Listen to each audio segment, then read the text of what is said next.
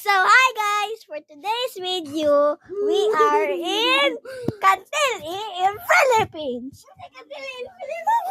I'm trying to escape these two. This one, it's so hard without anything. Like literally, bro, I'm trying to survive.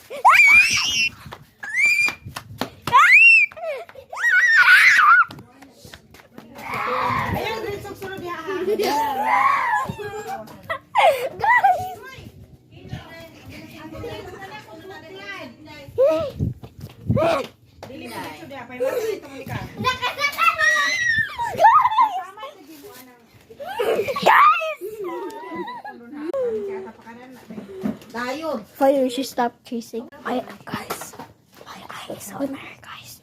So, how about chapter 2, please?